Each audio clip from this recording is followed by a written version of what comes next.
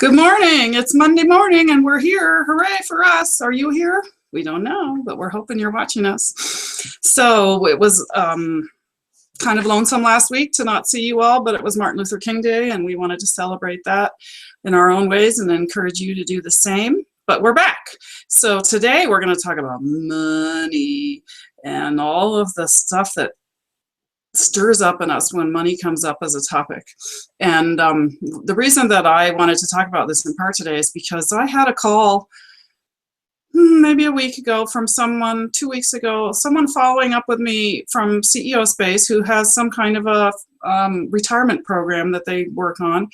And they had their assistant call me to set up an appointment. And I was fine with that. And then she began to ask me a few questions about money and my financial status and how much do I have and where is it and how's it growing or shrinking. And I got more and more and more and more uncomfortable to the point where I said, you know, I'm really uncomfortable with this and I am ending this call right now.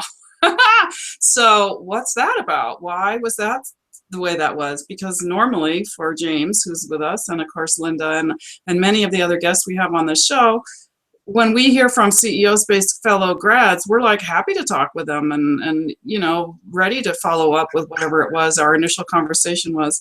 But I began to get really icky. And to be honest, the reason I felt that way is because I didn't really know the answers to her questions. And I thought I should know to the penny how much money I have, how much I need every month, how much I blow every month. I mean, I just really was like, oh, I'm out of control and I should know and I don't, so don't even want to talk about it. So that stirred some stuff up. And it's a topic that I know that James and I have had education on many times.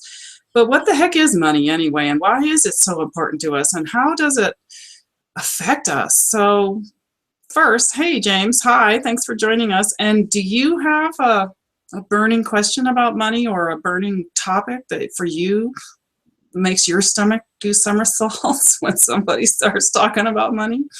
Well, good morning.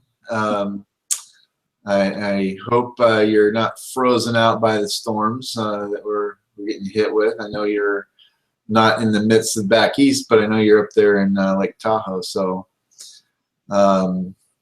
money. I think, you know, I mean, it drives everything we do. It drives everything we think about and we deal with on just a constant basis. It's something that we really can't escape, even if we have tons of it. Speaking from experience. Well, there was a time. You know, so I as you were sharing those thoughts with me, it really kind of drove home how I mean, I've caught myself feeling that way or thinking that way quite often as well. When you have to think about those things and you're not necessarily in the mindset or looking forward to that, it definitely can become uncomfortable. And again, it doesn't matter if you know, if you're fluent and you have more than enough and you're comfortable and you have plenty in the bank, or if you're in that struggling stage. It's it drives us to do better, but sometimes it prevents us from moving forward in the sense that you know, for instance, I prefer larger, more robust projects, but when things are tight, it becomes necessary to take on a lot of smaller projects, and it's in the taking on of the smaller projects that sometimes prevents me from landing or securing the big project, the more lucrative or rewarding project. So it definitely can understand how you probably were feeling with that conversation, especially when it wasn't necessarily the person you would end up talking with eventually. Is that Yeah, that's true. You know, it's just one of the things that brought this topic to mind for us today. I mean, I'm doing some other sort of explorations and growings around money, but I think in part for me, what happened was that I was raised in a family where you don't talk about money. You know, it's very, not just that you don't talk about it like sitting around at the table, you don't talk about it, but when you meet somebody or when you're in a social gathering, it was considered sort of the epitome of rudeness to be concerned at all with what the price tag is, or, you know, how much money does this person earn, how much are they worth. It was just like it was like asking how old someone is, which was also considered hugely rude, and I think still is, you know. But it was like, okay, if you don't talk about it, how do you learn about it? How do you manage it? How do you teach your children about it? Those are the effects that, for me, that's what I feel like we had, was we don't know. It was hope. Hope is not a very good strategy for really any project that you want to move forward, I don't think. It's certainly important to have your feelings in alignment and feel good about what you're working on, and hope can help you with that. But hope is not a way to manage your bank book. And that's something I've learned. But that was what I think that's what really in part was being triggered for me. It was feeling guilty that I didn't know the answers and I thought I should. And you know, yeah, I really do think I should. I judge myself on that. But the other one was, hey, who the heck do you think you are to ask me this stuff? You're not allowed to ask this stuff. And I guess a financial planner probably has to be allowed to ask this stuff, or you're not going to be able to plan your finances very well. So that was part of it, is the stuff we're taught. And I don't know about you, but I know that there's plenty of things out there that we hear as children, you know, money doesn't grow on trees, and do you think I made of money, and all that stuff. And as parents, we have to deal with it as well when we have a child that wants something that we don't feel like spending our money that we earned on right now, and explaining that in a way so they don't grow up to be crippled in this area the way I sort of feel like I am. But it's such a powerful, passionate, frustrating topic. And like you said, try to spend a day in the United States and not think about it, touch it, use it, talk about it 100 times probably every day. So why are we so screwed up around money? What the heck is money anyway, really? I mean, we didn't used to have money, right? Do you? Oh, I think definition for money? Money. Well, there's money, and then there's the ability to trade, barter, leverage, and no, I mean, this is the age-old question. I've got leather shoes. I want fur shoes. How do I get fur shoes? I mean, if it's cold outside, you want something that's going to be warmer, right? And so what's it going to take to get there? No, this is definitely an age-old dilemma, question, frustration, and I think the ones that are really most qualified to talk about it sometimes are those who have not had lots of money in their lives. And I know that might sound counterintuitive to someone with wealth, but when you have wealth, and when you've been blessed to have wealth, and when you don't have to worry about, you know, buying, getting, doing, the world looks very different, and you can say there's a respect and an understanding of money, but you know, with everything that my wife and I have gone through in you know, the last 10 years, as we came out of California and out of a very lucrative business, a very successful business. It was about 4 years ago, my wife and I were talking. We were still struggling pretty bad, and she made a comment to me one day, and it really resonated and I totally understood where she was coming from, and I agreed 100%. And she looked at me and she said, at least we now understand how difficult it is to break the bonds of poverty. And that's kind of what I was alluding to a little bit earlier, as far as when you have enough, pursuing money is not a difficult task. When you have plenty, when you have very little or none, it becomes almost this panic situation, a situation where you will take and do and grab just about anything that comes your way. And that isn't always the healthiest for us, or what an opportunity for today doesn't necessarily mean an opportunity for the coming year. Yeah.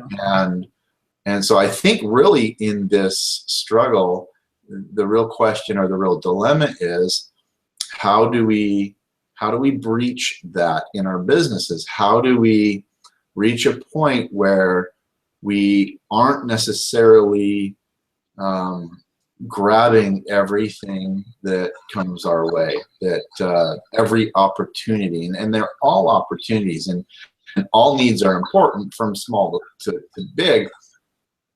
But unless you have a company with 50 employees, taking on a ton of smaller tasks isn't going to help you as an entrepreneur, as an individual. And so that really is Excuse me. where, I once had a mentor ask me a very poignant question, and I hear this question in my head every day, and I've heard it in my head almost every day since he asked me that. And he asked me, do you know how to price yourself? Do you know how to charge a reasonable charge, or a fee that is going to enable you to continue to move forward? Do you know how to charge? Do you know how to price yourself? And I was at a place in my life, and at the time we were doing incredibly well, and we were priced a little bit higher than our competition. We weren't, horribly more expensive, but we were able to charge a little bit more than our competition because we had set a track record. We had a foundation built. So that really, I think, is where the dilemma as entrepreneurs, as startup companies, all of that, it is how do we price ourselves into the industry we want to start to gain foothold in. So how did you answer that question, James? Do you feel like you're good at helping others, like our viewers, price themselves? Or I think it's a fabulous topic, and it's kind of sideways from where I thought we might go today. But this idea of, hey, what's your time worth is at least hugely interesting to me. I don't know if that's what you answered him with. Yeah, well, at the time, I was just able to look at him and smile and say yes. I think what I see most often today is, because we are, I want to say desperate, but we're eager to capitalize on every opportunity. That sense of compassionism or altruism tends to also be there, and so it's hard to say, yeah, I could do it for $50, but I'm going to need 125, and I'm not doing you any favors if I do it for $50. I might be doing your pocketbook a favor, but I'm not going to be doing you any favors long term if I do this for $50, because before I'm finished, I might need another $50, and so it might take me twice as long to do it as if I charged 125. And so what I see the most, I think, with especially younger entrepreneurs or just budding entrepreneurs, is they really undervalue the services or the products or the deliverables that they have. And because they're afraid that if they charge too much, they won't get it. And so it's finding that balance, knowing when it's appropriate to say, you know what, yeah, I could do this for $50, but I think it would be better for both of us. And this isn't obviously the words you're going to use, but you need to have this confidence that you're doing them a bigger favor by charging them an amount that is, number one, going to enable you to get it done before you have to do something else or need something else. And number two, that you're going to be comfortable and confident standing behind your work. So if a couple of line items were forgotten and you're getting to the end of that little project and they say, oh, I forgot I need this and this done, you've charged enough that you don't feel like you're giving that and that away. You're able to say, okay, now that altruistic side of you can step in and say, no problem, I'll get those too. And but if you've only charged $50 and they say, oh, by the way, I need this and this, it's easy to feel unappreciated. It's easy to feel abused. It's easy to feel like now you don't want to do it. So I think that's really important stuff, and I'd like to sort of summarize it, because what I heard you say initially is that there's pressure, especially maybe among young entrepreneurs, but sort of I think there's pressure all over the place. People are looking for an incredible amount of value for their dollar, and that's probably at least partly a result of the recession and what we've all been through in the last however many years it's been now, and what we're still going through. Oops, sorry. But I think it's also because of the internet and the incredible amount of value you can find out there for free. You know, you can go and get so much information and so many, videos that'll teach you how to do things and all of that. But you're investing your time when you do that, and people tend to forget that. So they say, okay, James, if I hire you to do ABC, what are you going to give me for my money? So there's this pressure to give tons so that you can make the sale. But there's also the pressure of, hey, if I don't charge you enough, there's a really good chance that I'm going to have to go find somebody else to hire me for their thing so that I can keep feeding my kids and being in business. And if you have to be comfortable saying, no, actually it's worth more because you really want me for the entire project. You want my mind and my attention and my best of my skills. You don't want me distracted by the idea that I've only got $50 and it's not enough for me to do anything for more than one day. Right. So tomorrow I'm going to be worried about money again. and the younger ones perhaps have less willingness to say, hey, my time is worth a little bit more. I think maybe part of that comes with experience, but I agree there's also a lot of pressure. There's just a lot of pressure to give a crazy amount of value. So there is a balance, and you don't have a magic formula for figuring out what that balance is, do you? I think there are some things you can, when you're looking at that service that you provide, the products that you're creating, the things that you want to accomplish. You said something that is really poignant, and that is we're looking for the most value we can find. So sometimes it's not about saying, this pen is a really cool pen and it's going to last you 2 years, 3 years, whatever.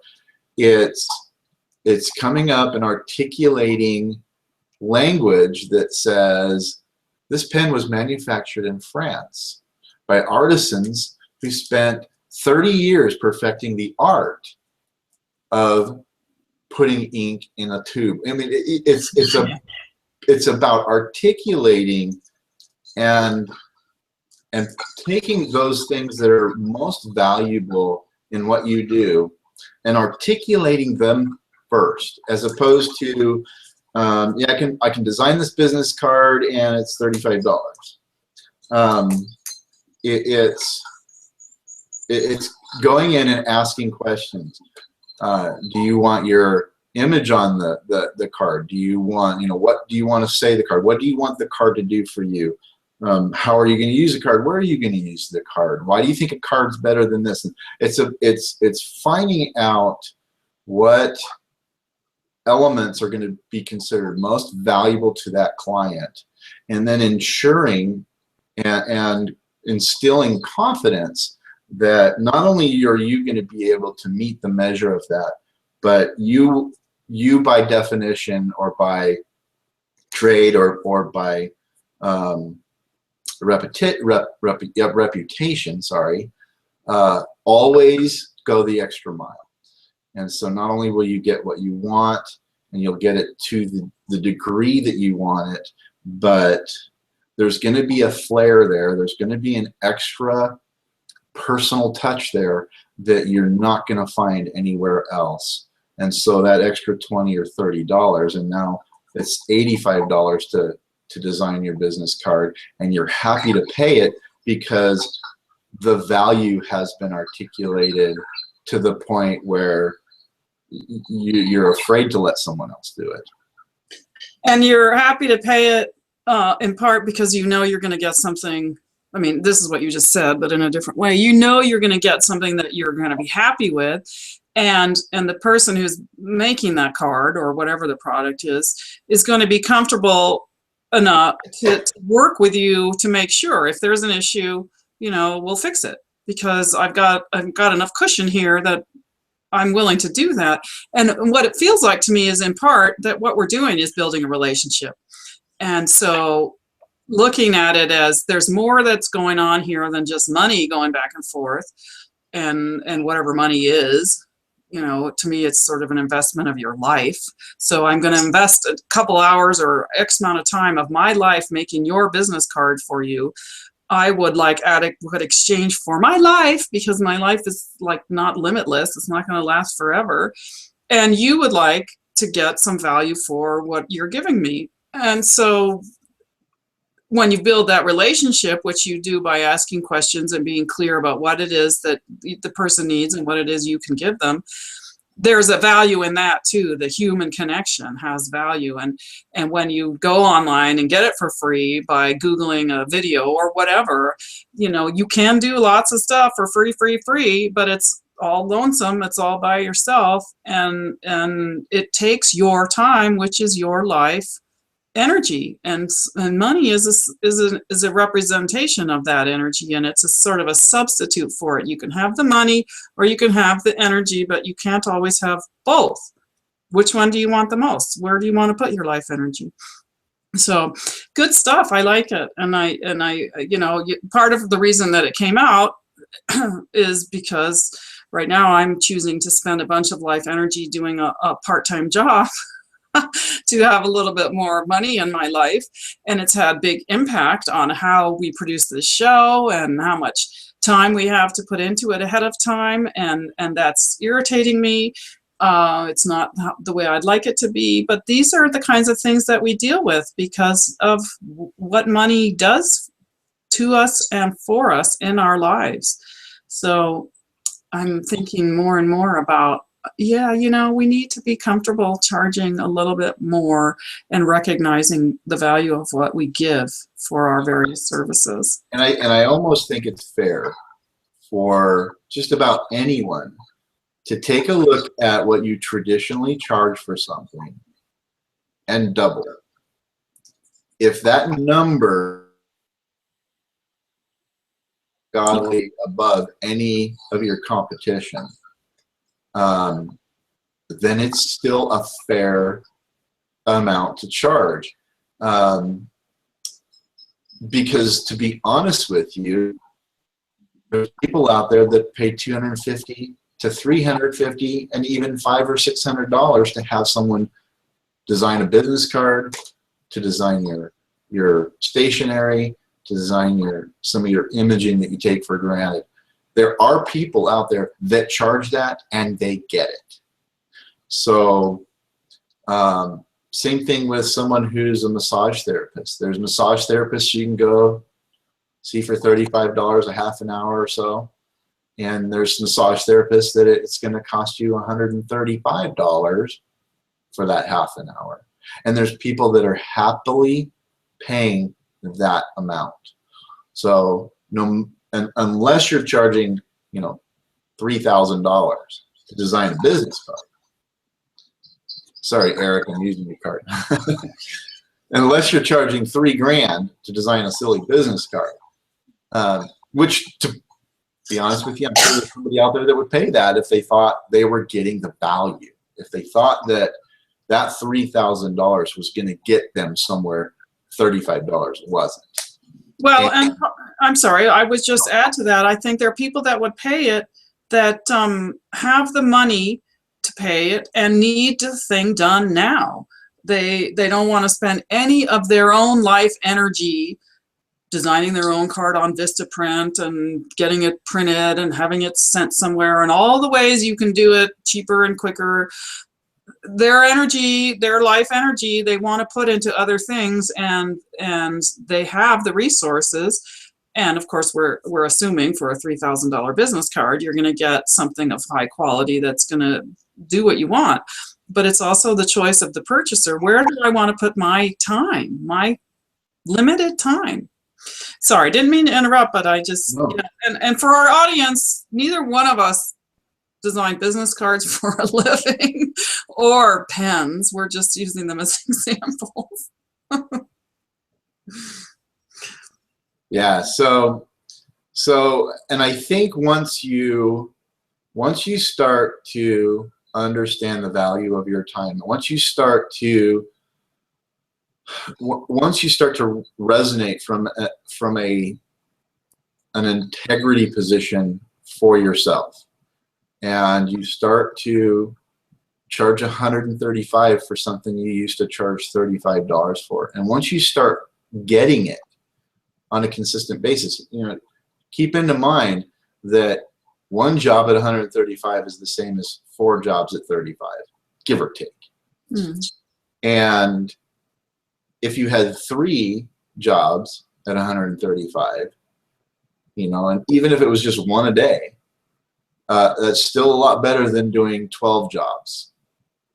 So when you start to look at it from that perspective, and you start to be recognized as the person who's worth that amount that you've put on your products or services, you start to enjoy what you're doing. You start to look forward to doing what you're doing, because you now are not only are you going to feel appreciated by your customers, you're going to feel an inner appreciation and respect for yourself that we've all struggled with at times. I always liken it to this little story that I tell people, and it's the reason why I don't like to use coupons when I go out to eat. And I literally do not like to use coupons when I go out to eat. If I'm going to go out to eat, I want to pay whatever price it is they're asking for when I go out to eat. And there's lots of reasons why, but one of the main reasons why is if I'm using a coupon to go get something to eat, I'm a critic. I'm going to look at reasons why I would or wouldn't want to pay full price the next time I went and got that meal. And that goes for everything that we do. If you discount yourself too much, or if you discount yourself in the wrong way, people are going to be asking themselves the whole time, am I willing to pay full price for this next time if I want to have this done by this guy or this girl again? And so where that meal might have cost $35 and I have buy one, get one half off, the whole time I'm asking myself, do I want to come back and pay full price? And at the same time, I'm willing to take my wife over the Riverwalk Grill, where an evening, a meal is going to run us around $100 to $135. And it's the same amount of food, but when I go there, I feel different. I'm treated different. There's a value there that I can't get anywhere else. And when we leave, we enjoyed an awesome evening together and had a great meal. We didn't have a discount. We didn't get a cheap meal. We didn't get the value equation is wiped out of the opportunity when you give yourself away or you discount yourself too much. And so if someone's willing to spend $135 on a meal, they're looking for value.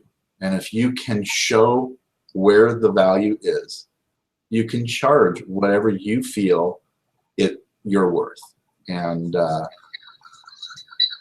it's a struggle. It's a struggle, especially when you don't feel like a whole lot of opportunities have been put at your feet. So, well, I loved what you said. I never have thought of it that way, that if you discount, you may discount yourself in the beginning because you're trying to get the business, let me show you what I can do. And then, but it never occurred to me that the person that's buying it would be perhaps going, okay, well, knowing that I got this at half off or whatever, that they did their first thing for free, would I be willing to pay for it? Because that's the hope of the seller, that you're going to like it so much that next time you would be willing to pay for it. But maybe they're thinking, I'm never going to pay for this. I'll just take it for free, and then I'm going to go find the next person that's going to do it for free. Exactly. And they're thinking, I can't wait till they have another coupon. Yeah, and just call me when you have a sale again, and I'll buy then. And so it's that. To me, it's sort of about being patient and being willing to trust and wait until the customer comes that is going to pay and can see the value. And once you've done that a few times, your confidence goes up, and you've got the relationships with these people. And then of course you can get testimonials, which go such a long way towards bringing in people that you've never had a chance to build a relationship with. When they see that you've got 10 other people that say, this was great and I'm really glad I did it, they're much more willing to take a chance on you. And once you've done that, then all that desire to have it for free, you can say, oh yeah, you can have it for free, or you can have me. But you can't have both. So you know what, we're almost out of time. As usual, it goes by really quick, and that's the whole point, because we want you to get to work. We don't want you to be sitting around chatting all day. You're supposed to be thinking some cool stuff and then getting to work. So James, would you like to throw in a last word or two of wisdom, and then we'll send it off to the masses? Are you there? I lost you. Where'd you go? James, you've gone black. You're frozen. Can you hear me? No. Oh, great. Well, then I will shut us down. And sorry for that one. So this is Monday Momentum. We've been here for you every Monday morning for quite a while now. And the whole idea is that you come in every Monday, 8 a.m., check in with us, 8 a.m. Pacific time, get some new ideas, get your mind going, think a little bit, and then get to work. We don't want to take a lot of time. We just want to motivate you and inspire you, maybe give you something new to think about, and then you go off. You're a solopreneur, you're a business person working from home, you're someone that's building a dream, and we're here for you every Monday. That's the plan. We want to cheer you on. We want to hear from you. So go to our My Monday Momentum website, go to the Monday Momentum YouTube channel and subscribe and like and share and link and ask questions, and we will see you next Monday. Go have a fabulous week. Rock on. Bye.